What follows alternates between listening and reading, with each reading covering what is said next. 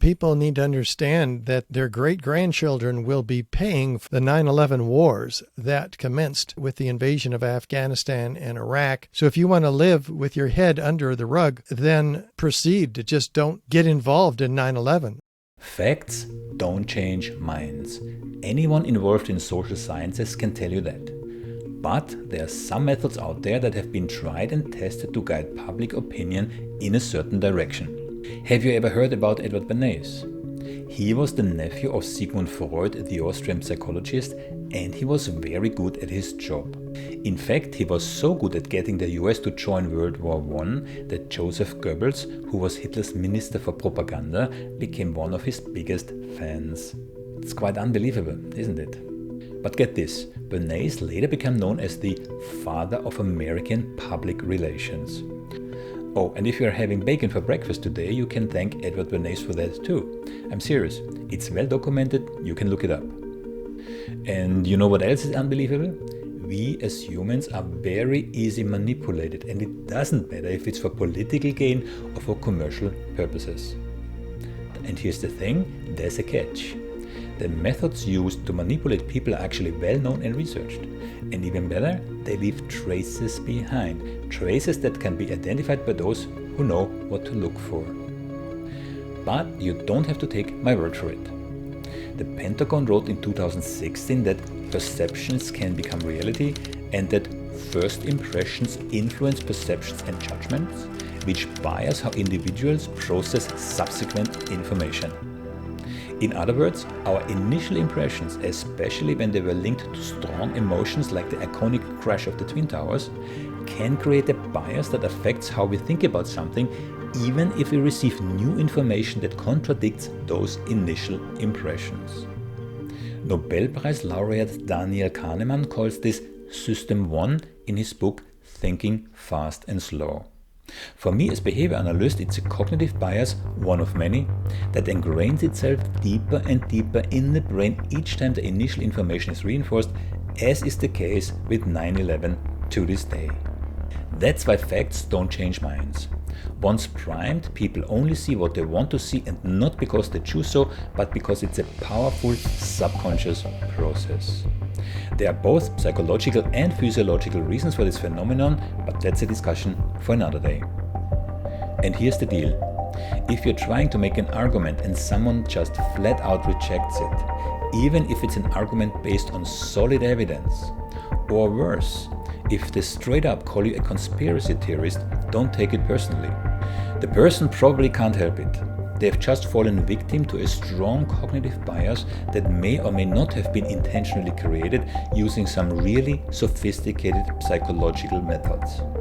And let's be real, who wants to admit that about themselves?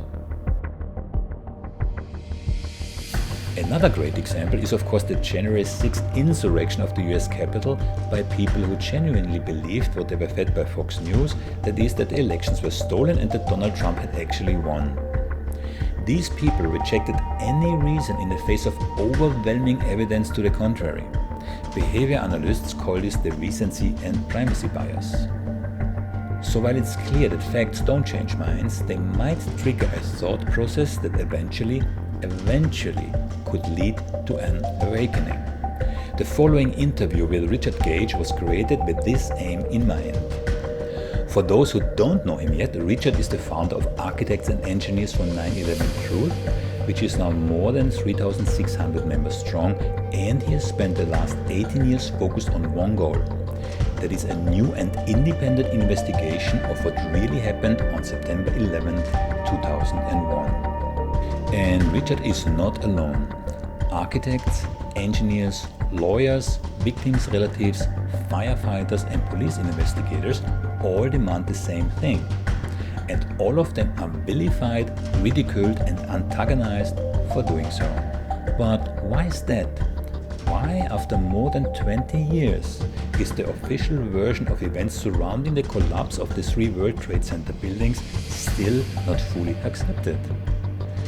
Well, there are a number of factors that have contributed to this ongoing skepticism.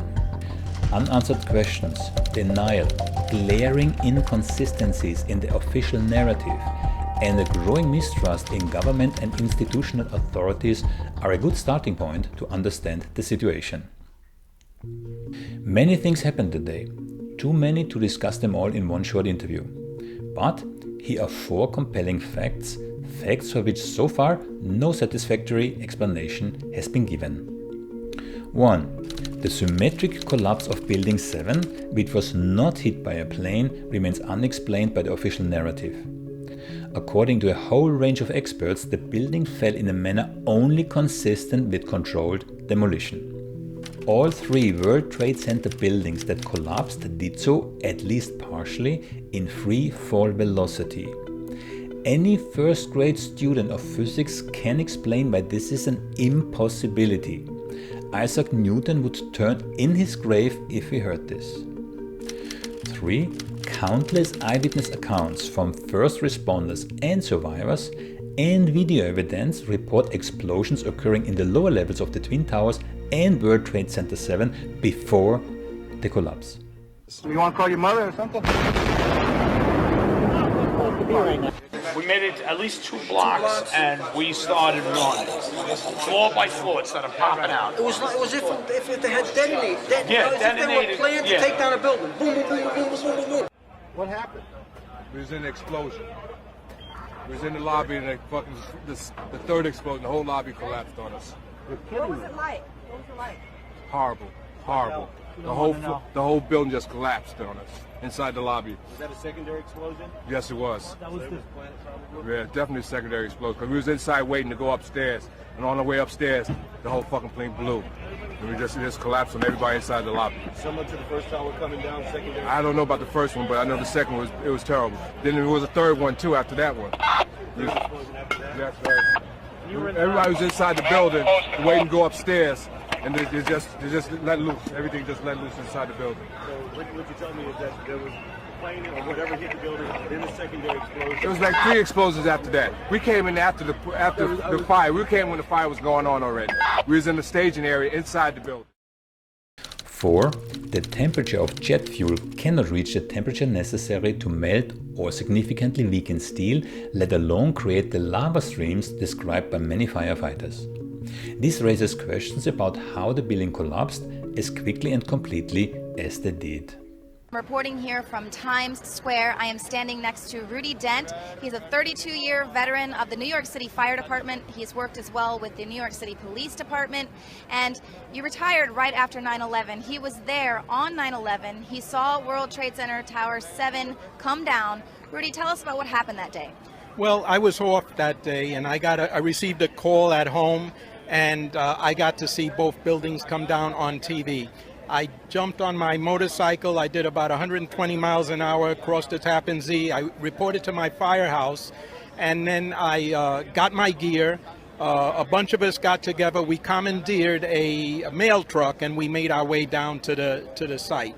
At that time, Building 7 was still up. I saw Building 7 come down.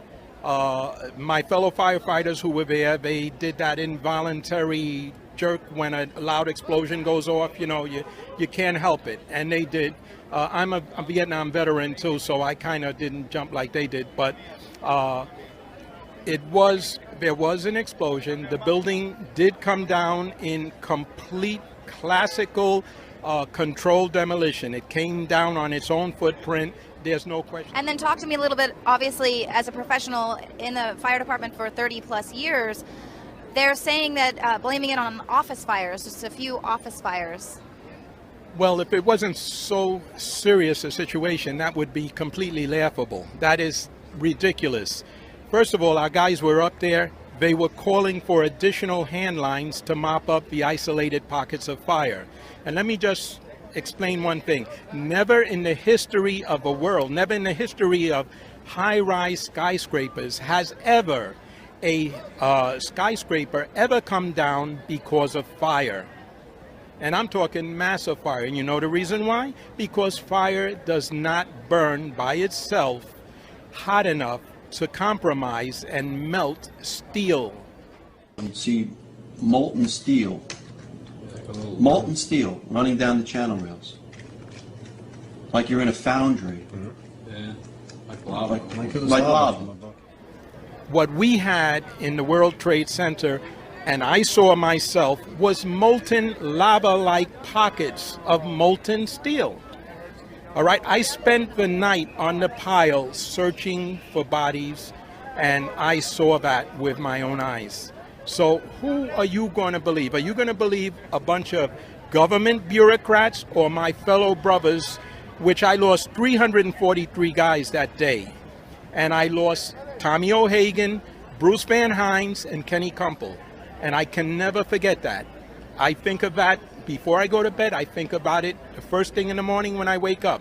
And it's in honor of them and their family that I will continue to do everything I can to make the rest of the world wake up to the fact that this was a false flag operation. And why is all of this still relevant today?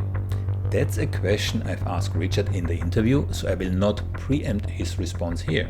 But I will say that when the US invaded Iraq, a staggering 85% of the soldiers believed they were there to retaliate for Saddam's role in 9/11.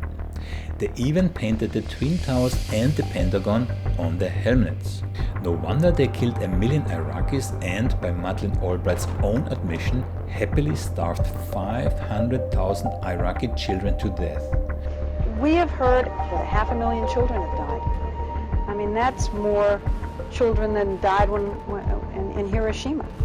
And you know, is the price worth it? We think the price is worth it.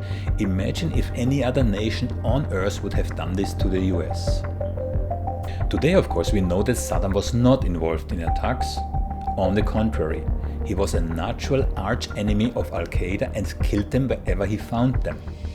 Tragically, anyone with a basic understanding of the Middle East would have been able to point it out. And coming back to what I've said at the beginning, if 85% of the world's most powerful military believed something so blatantly false and obviously incorrect, what does that tell us about the human propensity for falling victim for manipulation and cognitive biases? So, as you can see, what we believe, or better what we are made to believe, rightly or wrongly, can have devastating consequences. Keep this in mind when you listen to all those who are priming us for the coming wars with Russia and, more importantly, China. In order to protect the American people, readiness now and readiness in the future through modernization is our number one priority, and there is no other number one. Right now, the international system is under stress. For the first time in our nation's history, the United States is facing two major nuclear powers whose vital national security interests are in competition with the United States. Both the People's Republic of China and Russia have the means to threaten our interests and our way of life. This is why people like Richard are so important. Critical thinking and skepticism are necessary components of a healthy democracy, especially in the so-called post-truth era in which we are finding us today. You don't have to agree with him, but some of Richard's arguments deserve to be looked in an objective manner, bypassing the strong emotional hold that the initial information still may exert on our beliefs. And while you may be forgiven to think that the people contesting the official narrative about 9/11 are a fringe minority, the reality is actually different. According to an article in the Times, 42% of Americans and up to 65% of the population of a host of other countries do not believe the official story. So in this interview we will explore different explanations for the collapse of the World Trade Center buildings, especially Building 7. To set the stage, I would like to start with a powerful image coming from a recent Dutch documentary. Remember those images that we have all got burnt into our minds? The ones where those giant planes are smashing into the towers? Yeah, those ones. Over the years we have seen them over and over again on TV, and a lot of the footage was shot with Taylor lenses.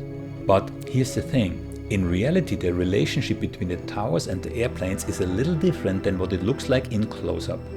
Take a look at this. It's a scale model of the Twin Towers and the airplanes that hit them. And here's the question. Can the velocity of the plane and the fuel it carried really bring down the entire tower in the way that it did?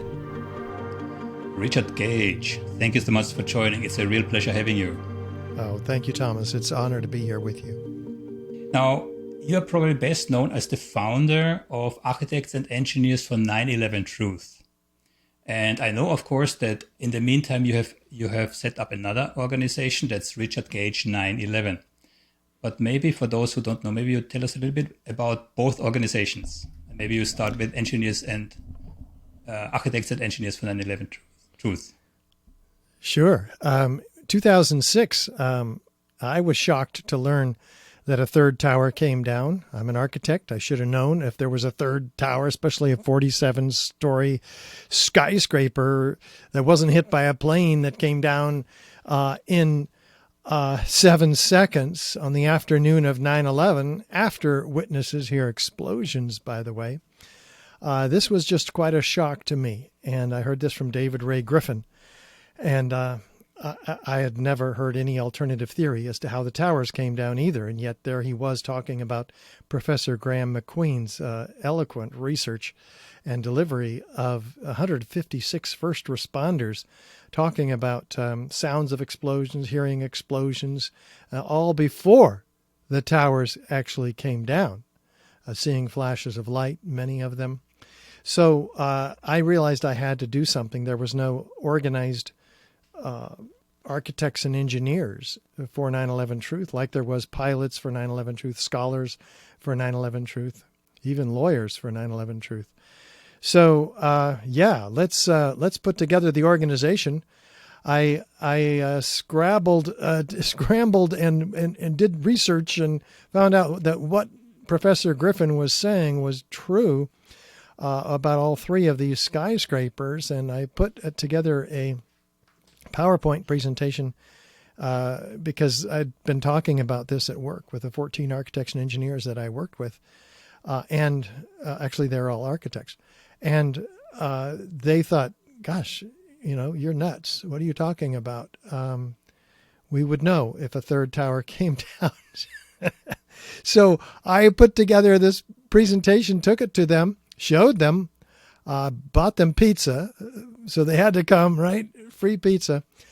At the end of that presentation, all 14 of them agreed with me. Oh, yeah. Oh, my God. You're right. These are controlled demolitions. We got to do something about this. That was my first 14 architects and engineers, 15 including myself, for 9/11 Truth. The 15th one in the room was my boss. He was Middle Eastern, and he did not want to sign that petition, but the rest of them all did. Now there are 3,600 architects and engineers signed on to the petition publicly, demanding a new investigation into the destruction of all three World Trade Center skyscrapers on 9/11. So that's just a huge body of technical credibility, about 30,000 years altogether, that we've been using for 18 years to try to wake up the media, wake up our elected representatives, wake up the public. And it's slowly beginning to work, I think. And now, but because of my expanded scope of mission, really, along with my wife, Gail, we put out 75 podcasts now since in the last year and a half at Richard Gage 911, which is at richardgage911.org. And we've been having increasing calls for speaking engagements and radio interviews. So we're as busy as ever, much busier, in fact. Good. Thank you for this introduction. I saw that there is a video called 9/11 Explosive Evidence. It's about 2 hours long. I watched it a couple of days ago. It's a succession of subject matter experts, academics, physicians, mathematicians, who bring one argument after the other, and in my view, valid arguments one after the other, countering the mainstream narrative, right? Now, a couple of years ago, I read a book. It's called Forbidden Archaeology. It's a book featuring 600 archaeological items, which are in the leading musea of this world, and they're not being displayed because they don't fit the mainstream narrative. If only one of these artifacts is correctly described, it would change how we see the human history. And in your case, I think that this is a parallel here. If any one of those, I actually don't know, I didn't count, 20, 30, 40 subject matter experts and academics is right, only one of them, the whole narrative of 9/11 would have to be rewritten. So there are the architects for 9/11, then I have the firefighters for 9/11, this firefighters 9/11 truth, then of course you have Family United 9/11, and I'm mentioning this because if you talk about 9/11, you are very quickly in the corner of conspiracy theory, right? And now I'm handing the microphone back to you because you have now 18, 20 years of experience of being, how shall I describe this politely, being put in that corner. So what's your experience, your personal experience for someone who has your energy, drive, and tenacity to follow this chosen path?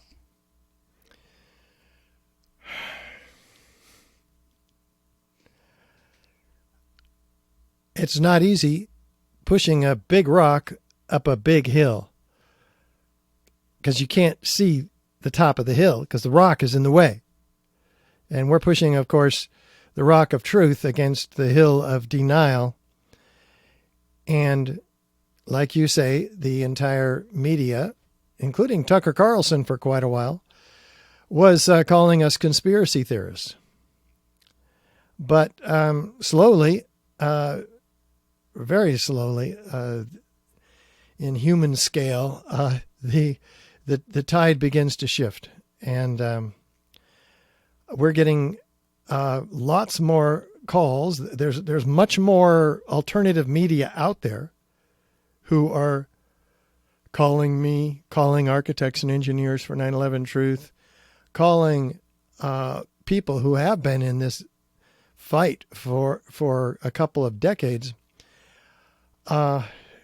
to shed light as people are waking up. So my experience is much more fruitful in the last year or so. We're making a film now, for instance, called 9/11 Crime Scene to Courtroom, where I am taking all of the evidence, the 60 exhibits of evidence, by the way, submitted to a U.S. attorney by the Lawyers Committee for 9/11 Inquiry. Their litigation director, Mick Harrison, specifically submitted these.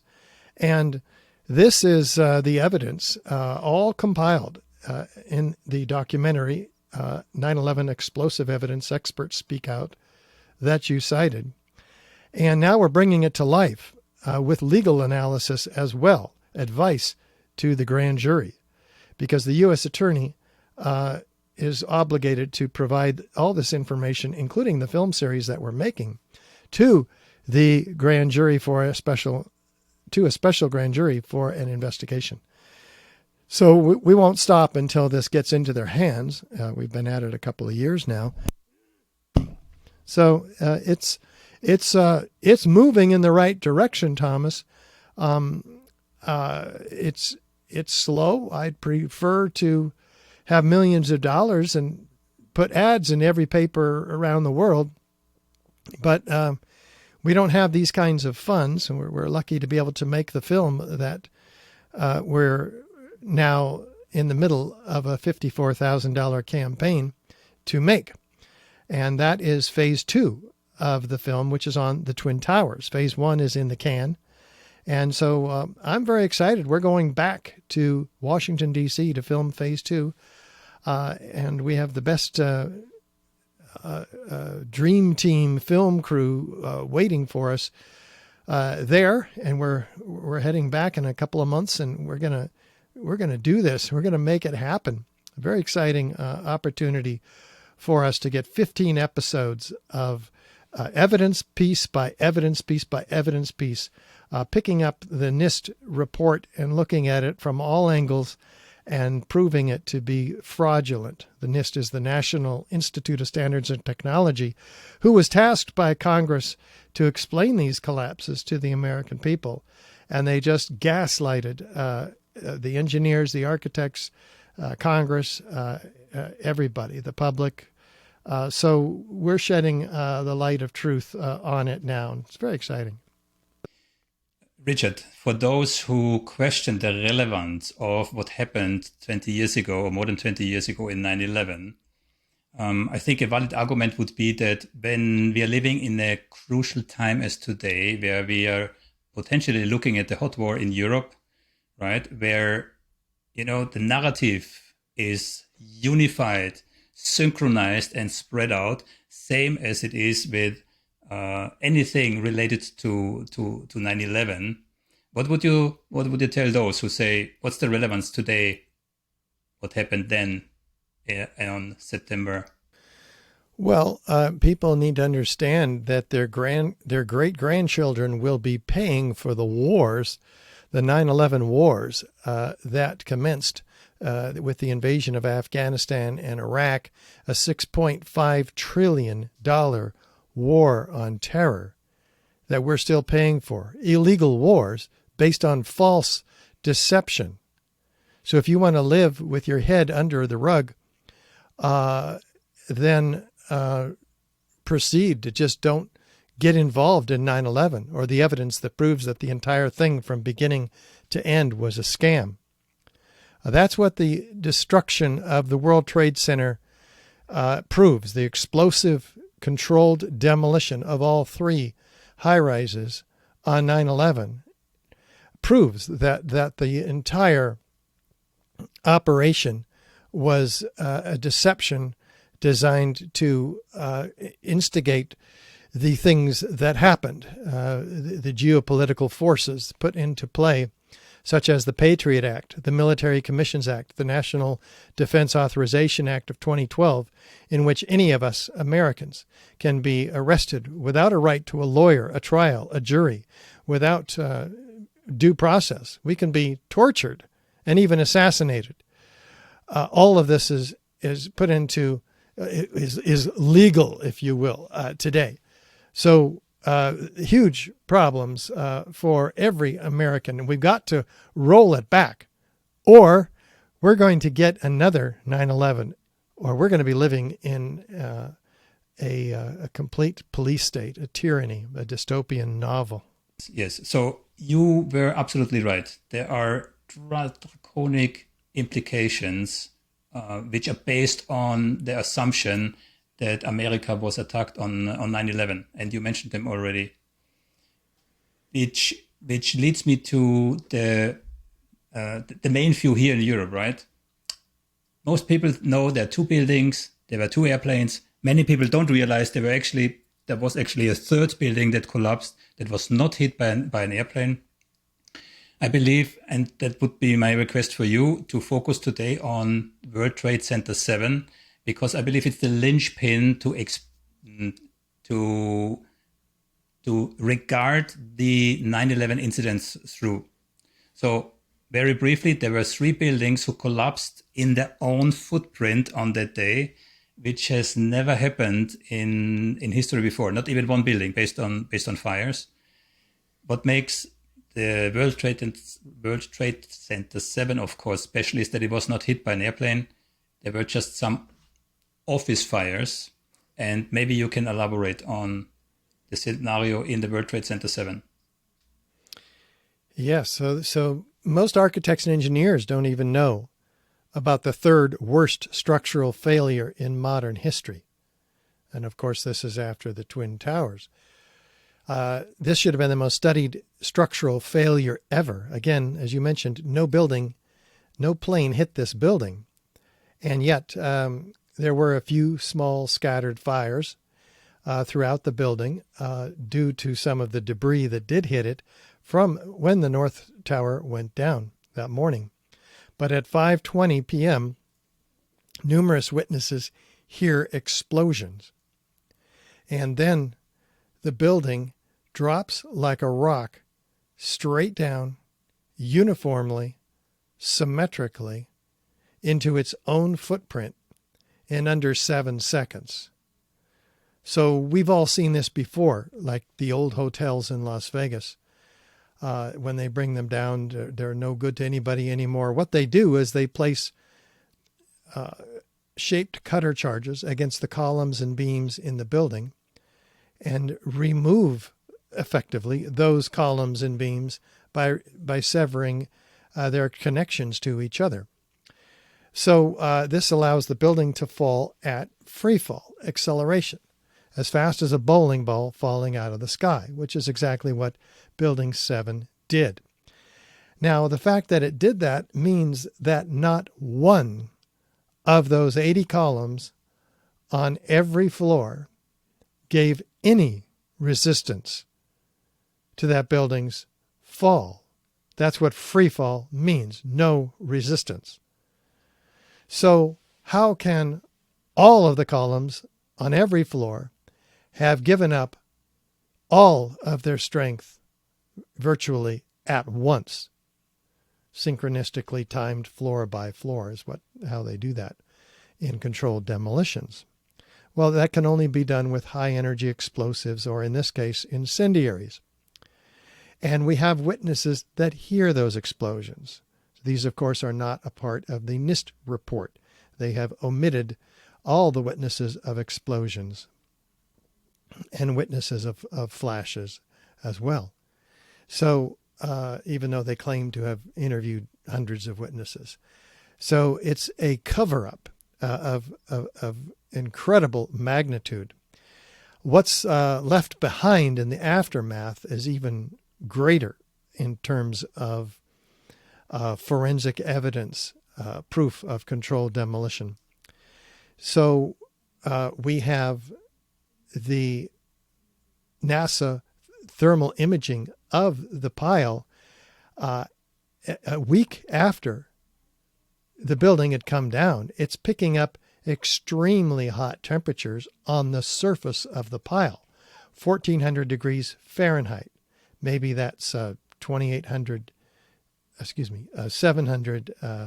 Celsius. So these are temperatures that are associated with the hottest office fires.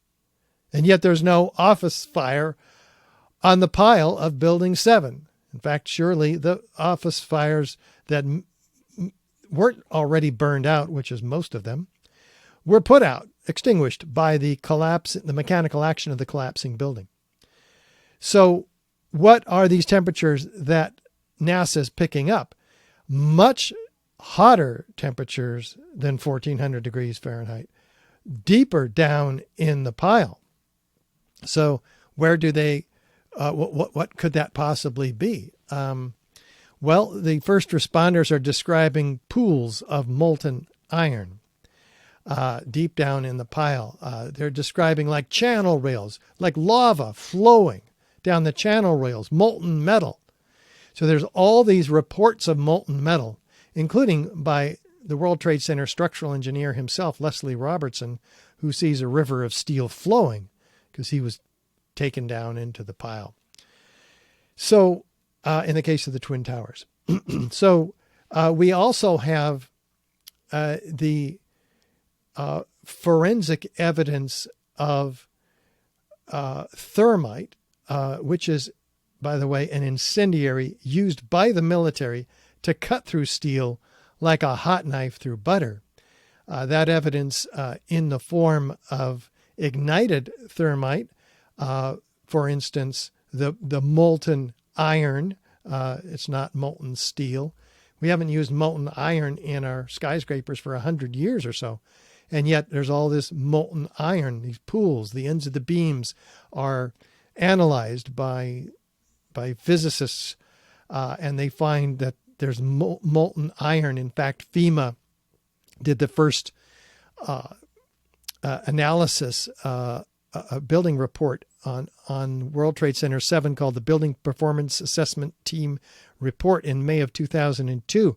They find liquid molten iron invading the grain boundaries of the steel. Hot sulfur corrosion attack on the steel, turning steel into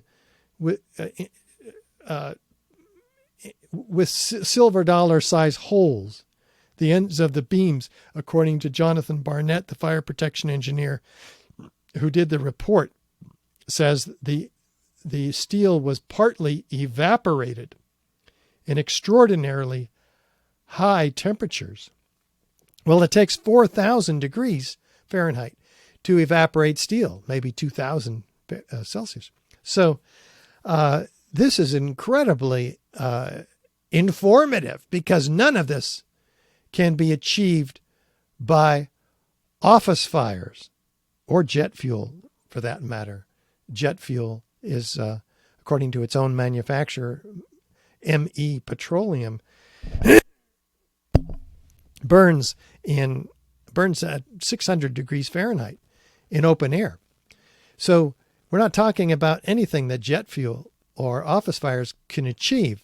We're talking about temperatures documented by Bechtel and others at 2,800 degrees temperature, Fahrenheit. That's the melting point of steel, maybe 1,400 again Celsius. So what can melt steel? Well, thermite can melt steel. Thermite issues molten iron as its byproduct. Thermite creates 4,000 degree temperatures because it destroys by means of incredible heat. Thermite can create the billions of previously molten iron microspheres found by the billions in all of the World Trade Center dust samples by the U.S. Geological Survey, who did their particle atlas in 2006 of the World Trade Center dust. And so they don't have an explanation for all of that evidence. They don't even guess, but they document it along with R.J. Lee, an environmental consulting firm who documents it and suggests that it was formed during the event, not before, by the iron workers putting the building together, not afterward by the iron workers taking the building apart, but during the event. So if that's evidence, and it is, of ignited thermite, would there be any evidence in the dust of unignited thermite? Well, this is the mission of a team of 8 international scientists led by Niels Harrit in Copenhagen. And they are sent samples from around the world, 7 of them independently collected. They ended up around the world, but they're collected from the World Trade Center area. Brooklyn Bridge in one case, inside the apartment across the Liberty Street from the South Tower in another case, and many others. And they find these curious red and gray dual-layered chips, about a 1/16 of an inch long, a couple, 3 millimeters, each of them. And they're very curious because they're attracted to a magnet. So paint chips don't attract to a magnet. So they have a high iron content. They get real curious. They do energy XEDS, energy dispersive spectroscopy analysis on these dust, these chips, and they find the ingredients of thermite: iron oxide, which is essentially rust, and aluminum powder. Well, they get real curious now. They put it under an electron microscope at 50,000 times magnification, and they find nanoparticles of iron oxide rhomboidal-shaped crystals and aluminum platelets. They're 1,000 times smaller than the diameter of a human hair. They're set in an oxygen, silica, and carbon matrix, which is organic material. So organic material expands rapidly when it burns. That's what gives TNT the power to knock things over. So apparently what's been done here in all of these chips, which are throughout the World Trade Center dust, also, just like the spheres were, is they've engineered an incendiary to become more explosive, which is fascinating. Because when you get these particles down at the nanoscale, the surface volume expands exponentially. So the chemical reaction is virtually instantaneous. This is not made in a cave in Afghanistan. This is made only in the most advanced defense contracting laboratories. In fact, it was developed by Los Alamos Lab, Lawrence Livermore Lab for military applications. So you see, what happens, by the way, when the team of scientists put the chips in a heater, a differential scanning calorimeter? They ignite rapidly, producing what? Molten iron microspheres with the same chemical signature as the molten iron microspheres found in all the World Trade Center dust by the USGS and by R.J. Lee. So you see, we know where all those molten iron microspheres came from. They came from these red-gray chips. As if we didn't know, they're found attached to partially ignited red-gray chips throughout the dust. So it's very clear what's going on here. It's very clear based on this peer-reviewed paper now, a 25-page in the Bentham Open Chemical Physics Journal, that we know who manufactures this stuff. We can get a real investigation to put the real perpetrators of 9/11 away for a long, long time. This is one of the items that's also featured in 9/11 explosive evidence. Again, reputable scientists, subject matter experts, all with their arguments in different fields, and they seem to be compelling, right? Now, even if we assume, let's say, a fire weakened the structures, what struck me is that 3 buildings basically, and you mentioned it already, in free fall for several seconds, imploded on their own footprint.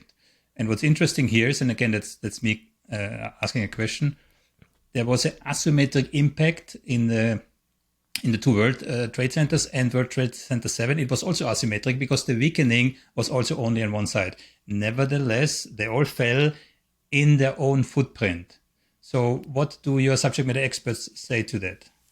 Well, you've mentioned that 3 or 4 times now, and I have to correct you, Thomas. While Building 7 fell into its own footprint almost entirely, the Twin Towers exhibited a very explosive series of phenomena that we're going to talk about. And so virtually all of the towers came outside of their own footprint, though they came down symmetrically. Let's start at the top because we have the plane hitting.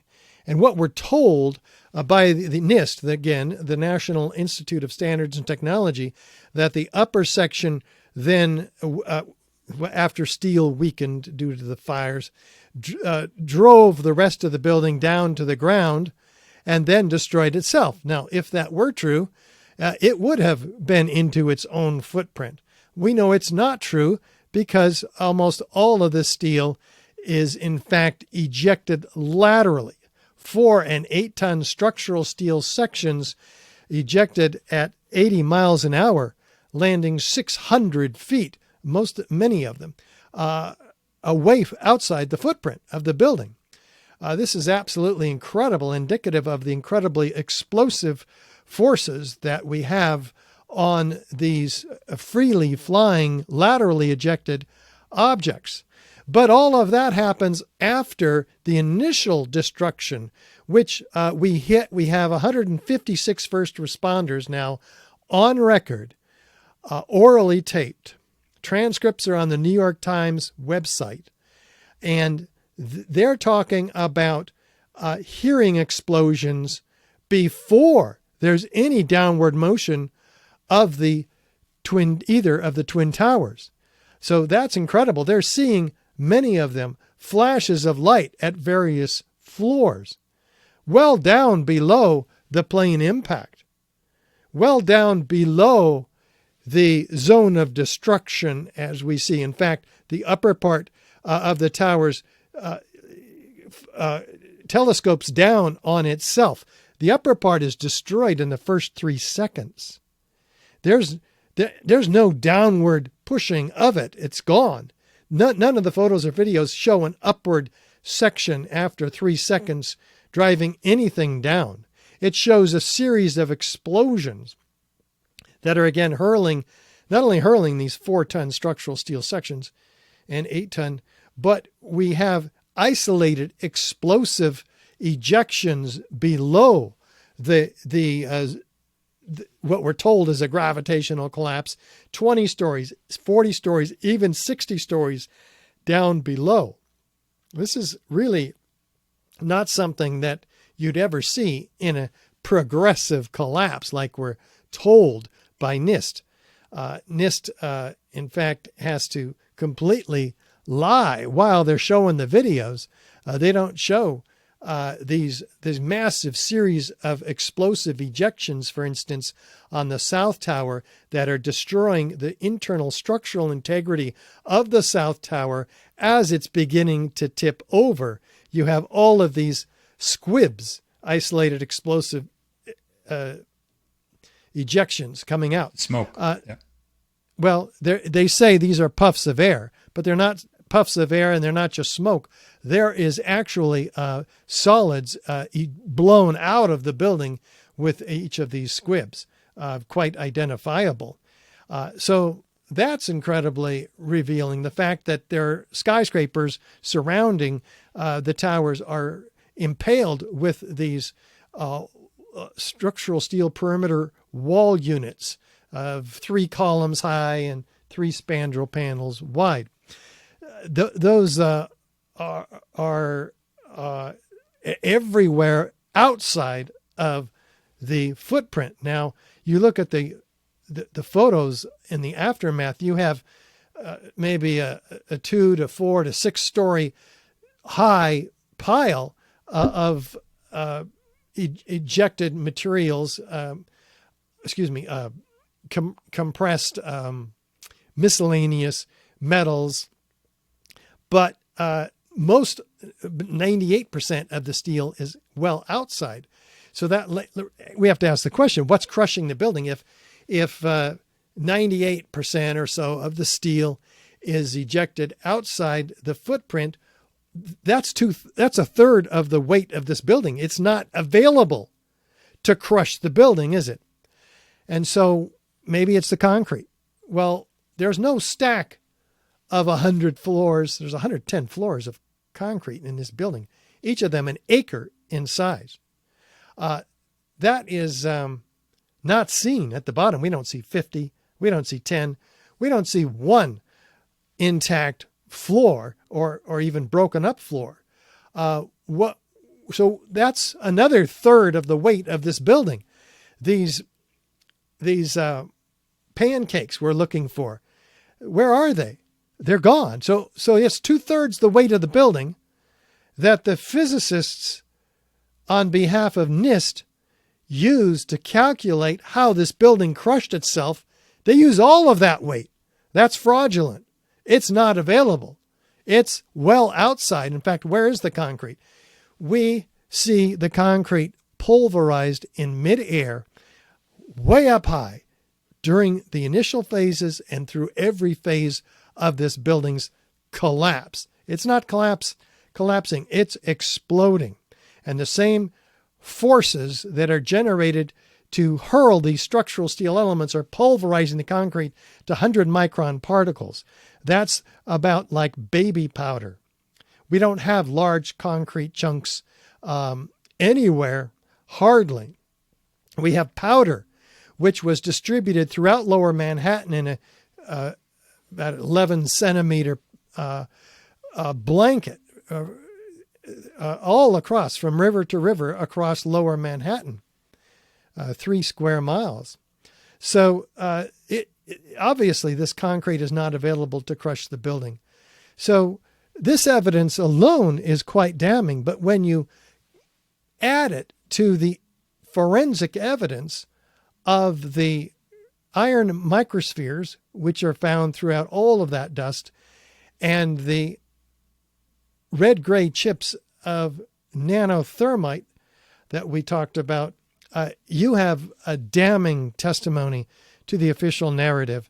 And we just need people with courage like yourself to air this on the mainstream media, though, to maybe Tucker Carlson having been given his freedom license will finally pick up the questions that he raised about Building 7 in earnest and let us show his audience what really caused the destruction of these three towers.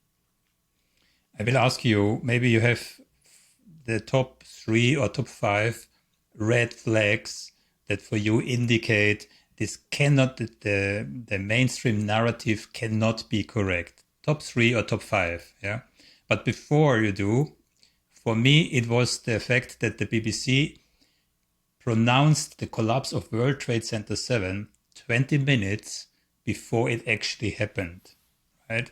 In retrospect, the BBC said, oops, we made a little mistake. We received the information from Reuters, which says something about journalism itself today, because they no longer do, journalism. They just regurgitate what's coming in, yeah? But what's often misunderstood is if indeed the World Trade Center 7 was demolished, right? What does it mean? It means that you have a team of people planning this month in advance, right? And I saw an interview where Rudy Giuliani said we had to pull the building, and pulling the building means we had to demolish the building, right? Later he tried to rectify it, and he said, "Well, I meant we pulled the firefighters out of the building." As a behavior analyst, we call this a Freudian slip, right? A slip of the tongue. So maybe he spoke the truth. I do not know. Yeah. So again, well, let's repeat what he actually said, because that's really important, and it's not a Freudian slip. It was a direct admission. He says a year later on America Rebuilds, a PBS station, he was being interviewed, and about Building 7, he says, well, I was talking to the fire commander, and there's been such terrible loss of life. Maybe the smartest thing to do is pull it. And so they gave the order to pull, and we watched the building come down. That's not incredible. A Freudian slip. I didn't hear that is direct admission. Of course, he says, no, I meant pull the firefighters out of the building when confronted with his admission. And so the firefighters were not in the building. They were not allowed to go into the building. So there's nobody to pull. And you don't say that about firefighters. I think the smartest thing to do is pull it. Pull the building, yeah. Again, for anyone, in order to pull a building, this takes months of preparation. It's not something you can do in the same afternoon as everything else happens around. And it's not something that firefighters do either. This is a very specific science that only a handful of companies in the world can go into a building and plant shaped cutter charges and synchronistically timed floor by floor to bring the building down into its own footprint. Nobody can do that. The Army doesn't even do that because they don't care how a building comes down typically. They just want it down. So it looked small, World Trade Center 7. It looked small compared to the bigger buildings here. But here in the Netherlands where I live, I believe this building would be the tallest building of the country, right? Mm-hmm. So it's not the tallest building in most of our states too. Yeah. So it's not a minor building. But coming back to my question, the top 3 or top 5, and without elaborating too much on each of them, yeah. But the top 3 or top 5 items where you believe there is no other explanation for it, then Yeah, we start with Building 7 because there is no explanation that can explain the controlled demolition of a building. That's obviously a controlled demolition, which is why it hasn't been played on mainstream media more than a couple of times since 9/11. Also explains why me, as one of 90,000 architects of the members of the American Institute of Architects, have not received one letter on this, the third worst structural collapse in history. They just swept it under the rug. So the board of the American Institute of Architects is also corrupt. Oh, Okay. that's number one. Exactly. Number two, you have the evidence of thermite incendiaries in all the World Trade Center dust samples. It's still there. All the dust samples have it. A lot of people have these dust samples. And there's 6 feet of it there. And it has been put in the landfill and covered with 6 feet of concrete. Hitting that stuff for good. And Staten Island. I think it's Staten Island. Fresh Kills Landfill. Wherever that is. Sorry for you inhabitants of Staten Island if that's not where you are. Then you have the iron microspheres, which can only be also direct evidence of thermite incendiaries. Billions of them. All the World Trade Center samples comprising up to 6% of the dust so it's still there too. As are the red-gray chips of nanothermite. The physical free fall of Building 7, also, of course, proving that not one column gave any resistance for a third of the 7-second collapse. I think it's worth contemplating for a moment. So Building 7 had about 81 columns, right? And Yes. one or two officially were according to the NIST report, were weakened, right? So ask yourself, you have a building of 80 columns, and in one part you have a weakness. How likely is it that through this asymmetric damage, the building comes down completely symmetrically? That's a puzzle that I can't find an explanation for. So what's NIST saying about that? NIST is saying that they recognize that it looks like a controlled demolition, but the building had massive fires on it, which it didn't. The videos show small scattered fires. That these fires caused these long span beams to expand, which they couldn't have because these beams were fireproofed against rising temperatures that would be required to expand the beams. That these expanding beams pushed this girder off of its seat on column 79, which it couldn't have because this girder had steel studs tying it to the concrete slab up above it. That's what the shop drawings show. But NIST says, oh no, we don't think that they were there. So,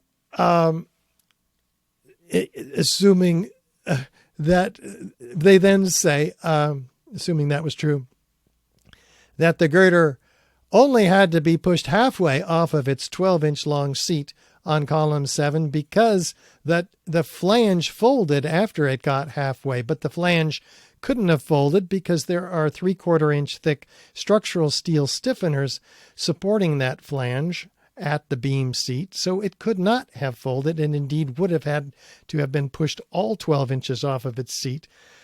But then they say that floor 13, which the girder was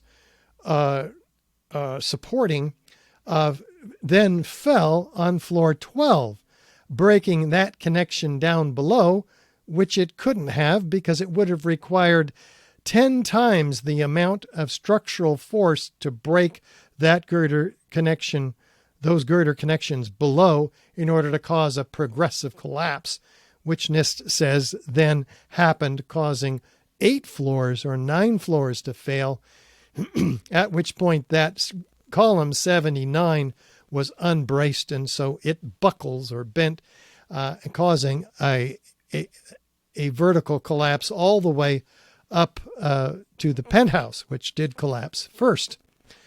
And then laterally across this football field long building.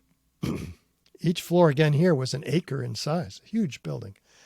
And so this internal collapse, they claim, but that couldn't have happened because if there was an internal collapse, it would have pulled in and crumpled the exterior perimeter structural steel system, breaking granite panels and windows by the thousands. and crumpling the building, which, by the way, their computer model showed exactly what would have happened if this were to happen, and which looks nothing like the straight down symmetrical collapse that the videos show of this building. So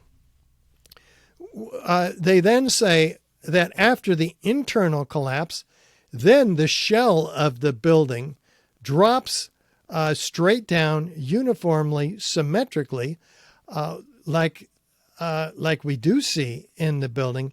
But even if the interior came down, the exterior still had columns that would have provided some resistance to this collapse, and it couldn't have come down symmetrically, right?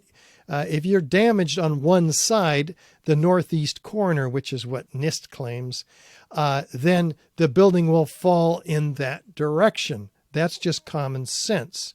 Your knee is kicked out, you're going to fall in that direction. So every part of NIST's theory is completely bogus. It's completely gaslighting the engineering community, who, by the way, didn't even see it for 7 years after 9/11. The report came out in 2008. And so those who even knew about it, which is not hardly any, they had forgotten about it by the time this report came out, which was then fully in its form, its final form, and not subject to criticism. So you have a massive cover-up here on the part of NIST. And as recently as 2019, there came a report, the Halsey report, which was done after a 4-year study from the University of Alaska, right? Maybe you can tell us a bit about it? Because it supports those who claim the fire hypothesis is not the correct one. Well, the University of Alaska was approached, specifically Professor Halsey, the chairman of the structural engineering department there. He spent eventually 4 years and $300,000 studying the collapse of this building, because he says, gosh, if this building came down due to fires, this would change everything. The way firefighters go into high-rises and burning high-rises, put out fires, they have no fear that the building's going to come down on them. And yet in 20 years, their firefighting strategies have not changed at all. They still set up forward staging operations 2 floors below the fire. They still keep people who are above the fire in place, because they've got to get up those stairs to put out that fire. They don't want to fight occupants of the building egressing. So all of that changes if what NIST says is true. And of course, we've got hundreds of skyscrapers that are similarly designed. So we can't just pretend this didn't happen, which is what's happened in the engineering and architecture community.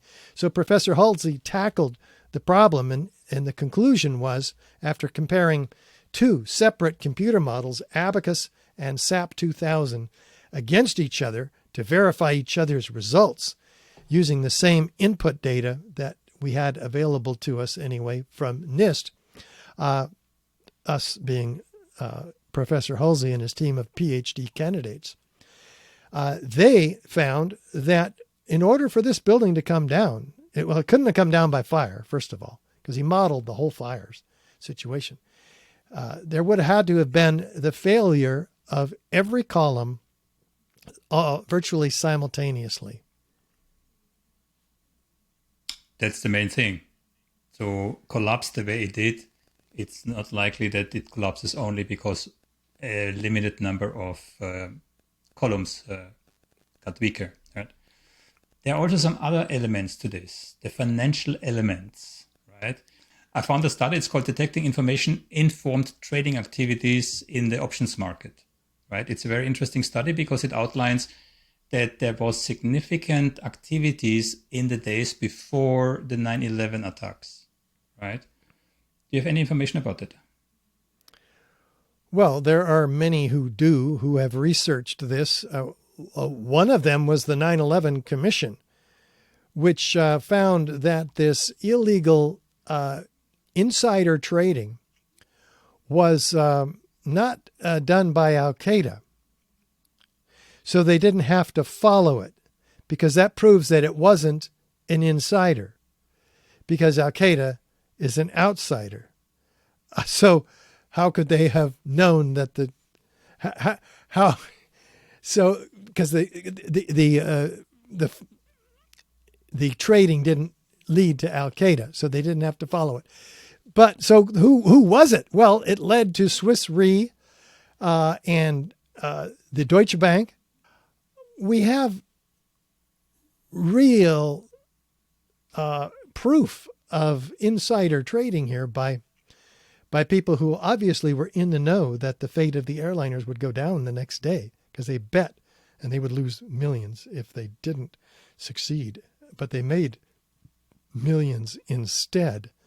So this is insider trading, but it was, again, a whitewash, a cover-up by the 9/11 Commission report, which was not even written by the 9/11 Commission, by the way. It was written by Bush insider Philip Zelikow, who had outlined it before the commissioners ever began their testimony, and who wrote it, and whose PhD, by the way, was on the creation and maintenance of public myth. Switching briefly to the firefighters. On this day, 343 firefighters died, if my information is correct. I have seen many interviews with firefighters recorded at the day.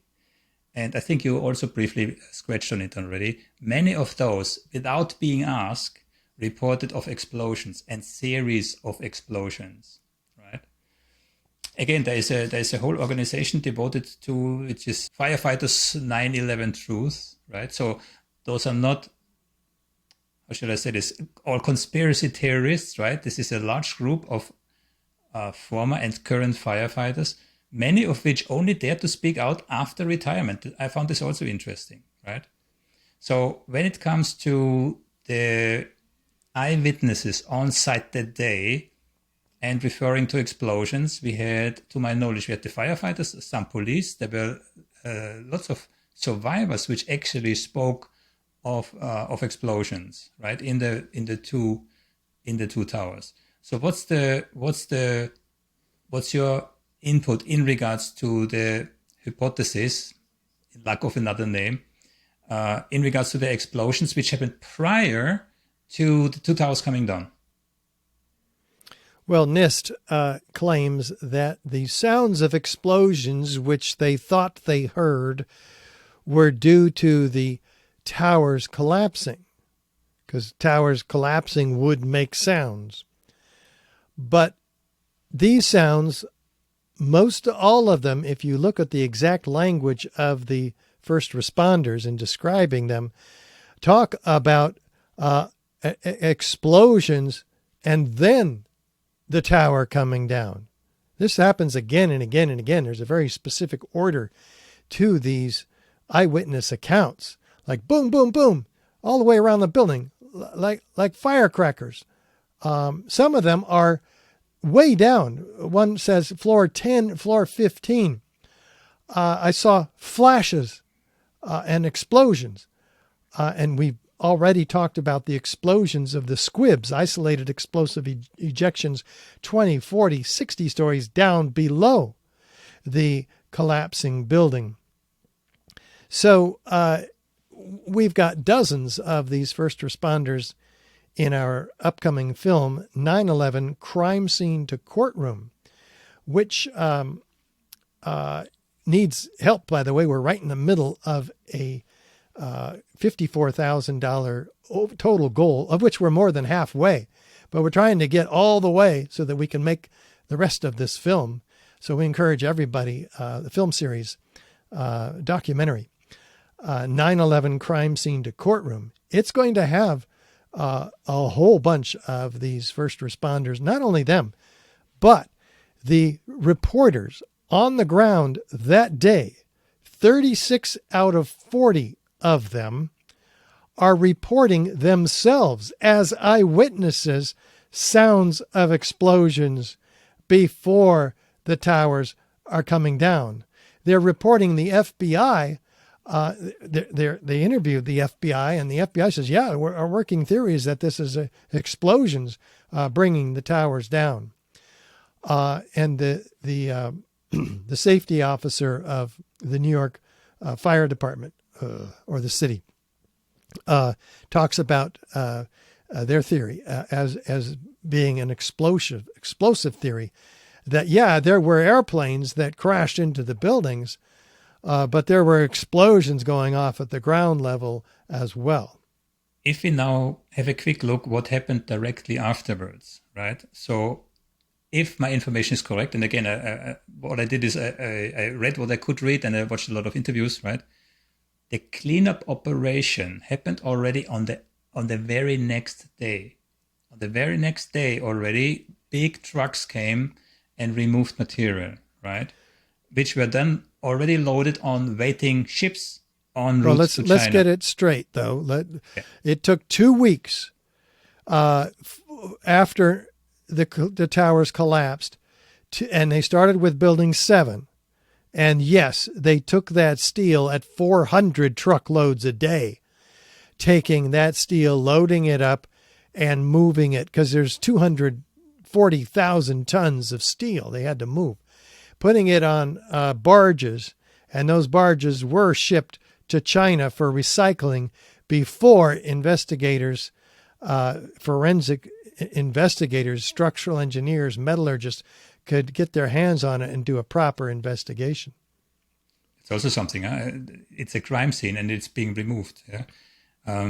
Just from my understanding, I'm pretty certain I saw an interview today from a reporter on the following day, and he said that there are already trucks loading material away on the next day from the 2 World Trade Centers. Okay, well, I'm sure that some of the steel needed to be moved. They couldn't even get their rescue trucks into the pile to rescue the victims because of all the steel that was out on the streets. The steel was ejected 600 feet from each tower, so I could certainly understand that. Yeah. But what we were told that it wasn't put on the barges for 2 weeks. Okay. And as a consequence of the collapse, many of the rescue workers, but also many of the survivors, became over the years ill. I think there are several thousand. I saw numbers between 3,000 and 5,000 people who became seriously ill, cancer, and died. Many more people have died since 9/11 as a result of this toxic dust, which not only included tons of asbestos, which was known to everybody, including Christy Todd Whitman, who declared the air as safe to breathe, clearing the way to open Wall Street very quickly. So, but it also contained carbon nanotubes in the lungs of the first responders, where it was found by Dr. Wu in a peer-reviewed paper in Environmental something. So that's quite a mystery, because that takes extreme temperatures to form carbon nanotubes, and we know we have 4,000 degree temperatures exceeded by the nanothermite. Okay. And if you take it a step further, the consequences or the results of those World Trade Center attacks, and I have this from an article from the Times from 2006, was that 85% of the soldiers in Iraq believed they were that they were retaliating for the 9/11 attacks, right? So there was a massive misinformation campaign apparently within the military going on to make them ready for war in Iraq, right? The same article also says that about 2/3 of American civilians also believed that Iraq was responsible for 9/11. So did you look into the information campaign that happened after the 9/11 attacks? Well, yeah, it was very painful to to watch and be a part of. I myself was a flag-waving Reagan Republican for the first 5 years at least following 9/11. I wanted to go into Afghanistan and Iraq, who did this to us, and get those bastards. My world turned upside down. You know, I had swallowed the official narrative hook, line, and sinker until May 29th of 2006, when I started hearing all this other information. I got real angry. So that motivated me to do something. And I've been doing something 18 years, most of that full time, and continuing, so that I can wake up this country, not just me, but all the millions in the 9/11 truth movement who are screaming from the rooftops about this. We want truth. We're done with the lies. So if we don't all speak up about this, we are going to end up in a police state. And the surveillance that's upon us is also a result of 9/11. Now every phone call, every text, and every email is scooped up completely unconstitutionally, illegal, under the emergency, the threat of terrorism that they got away with. This country is going straight to hell if we don't wake up and demand a real investigation of 9/11. You know, coming back to you as a person, right? Can you still remember what triggered you? Because or was it a gradual, decision process to devote that much of your time and energy and resources on this matter? Or was there a trigger point where you said, you said you were really angry, or that's a bit vague, but can you still remember what made you really, make the switch? When I realized that I had been lied to, I guess I felt bigger than myself. All of us Americans had been lied to. All the people of the world had been lied to by the media of the world, the governments of the world,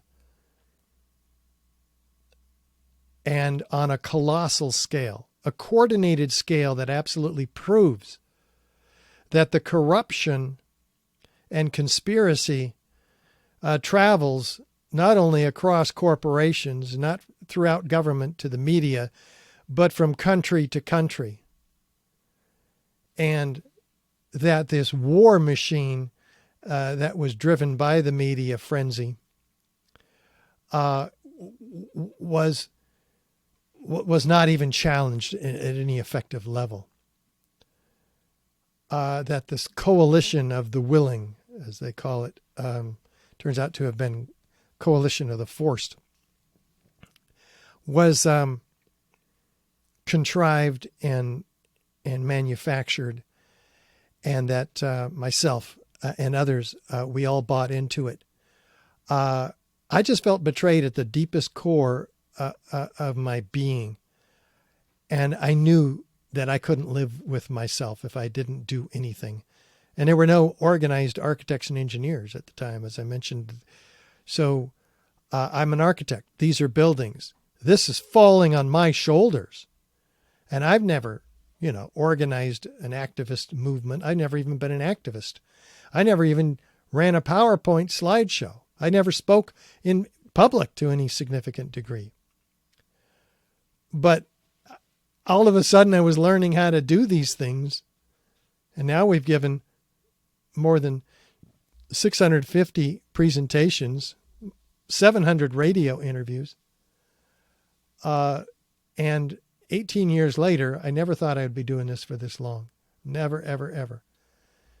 How are you dealing? How are you dealing with this antagonism, sometimes even hostility? What I'm seeing on a personal level, how are you dealing with that?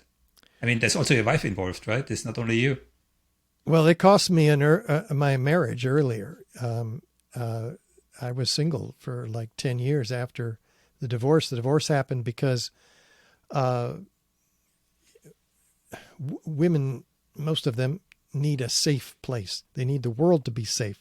They don't need to be reminded that the conspiracy to harm us Americans and those around the world, and the level of treachery and treason is so vast and encompassing, going all the way to the top.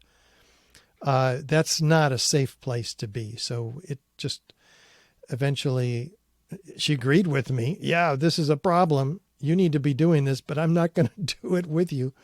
That's sort of the way it went. And now and yes, that was more painful than being ridiculed in the media. That's not a problem for me. I don't mind tough debates. In fact, I cherish them. I relish them. They're engaging.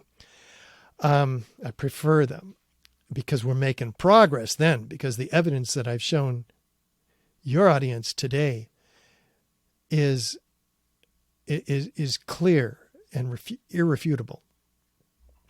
Scientific forensic evidence. So I stand on solid ground, and I just love the ground I stand on.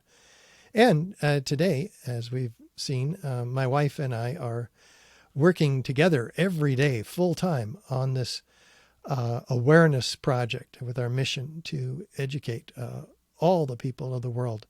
So we reach your audience, which has X thousands of viewers, and some of which are unfamiliar with this topic, because people will share this with others. And I encourage all of you out there to share this interview, particularly because it knocks over the row of dominoes that have been set up for us. The lies, the vast conspiracies across, again, not only government and industry, big pharma, but all across nations, where most of the world has been brainwashed now that they need this very dangerous solution to a very false problem. Wise concluding remarks, Richard. Many thanks. I have one last one, if I may. Has anyone ever bothered to do an investigation in China? I mean, now especially since the relations between the US and China are quite cooled down. I mean, I'm sure China did analyze whatever material came over there. Was there ever an investigation done in China? I was on the Chinese English-speaking press show, and we didn't get any response from that. We have also attempted to speak at a lower level TV program with Chinese viewers, and I guess they're just not interested. I don't know. And certainly, well, China has its own false flag operations and wicked sets of control mechanisms to control its own people. So it probably is not going to want to be in the position of making America look bad by exposing our false flag operations. Same with Russia. Same with Russia, yes. Richard, thank you so much for your time. It was an absolute pleasure talking to you. Yeah, you too, Thomas. Thank you so much.